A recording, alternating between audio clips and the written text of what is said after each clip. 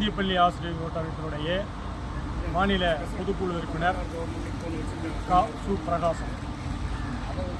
இந்திய பள்ளி ஆசிரியர் கூட்டமைப்பின் சார்பாக தமிழ்நாடு மாநில குழுவினுடைய உத்தரவிற்கு இணங்க தமிழகம் முழுவதும் அனைத்து மாவட்டங்களிலும் முதன்மை கல்வி அலுவலகம் முன்பாக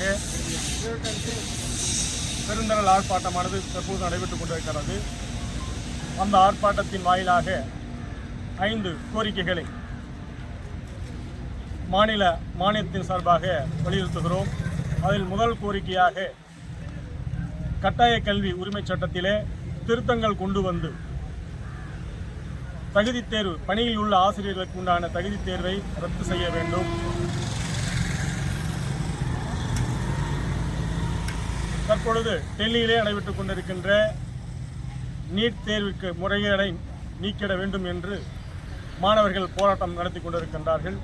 அந்த போராட்டத்திற்கு ஆதரவாக இந்திய பள்ளி ஆசிரியர் கூட்டமைப்புடைய ஈரோடு மாவட்டத்தின் சார்பாகவும் அதற்கு நாங்கள் ஆதரவு தெரிவித்து இந்த போராட்டத்தை நாங்கள் நடத்தி கொண்டிருக்கின்றோம்.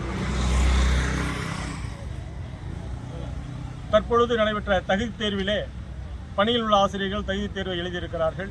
அவர்களுக்கு பணிக்காலம் 20-30 ஆண்டுகளுக்கு மேலாக பணிபுரிந்தவர்களும் தற்பொழுது அந்த தகுதித் தேர்வை எழுதியிருக்கிறார்கள். அவர்கள் பணியில் உள்ளவர்கள்.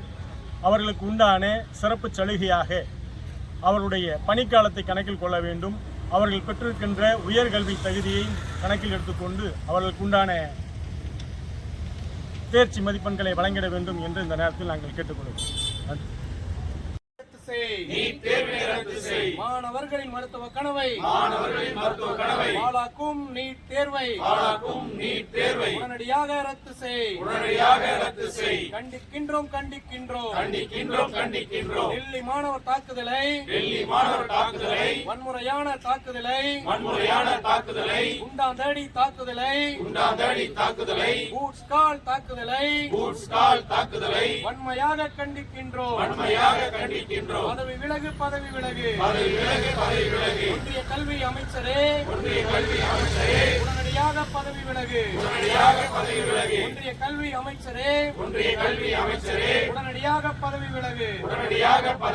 மேலும் வீடியோக்களை காண நவ் இந்தியா டைம்ஸ் யூடியூப் சேனலை சப்ஸ்கிரைப் பண்ணுங்க. பக்கத்துல இருக்க பெல் பட்டனை மறக்காம கிளிக் பண்ணுங்க.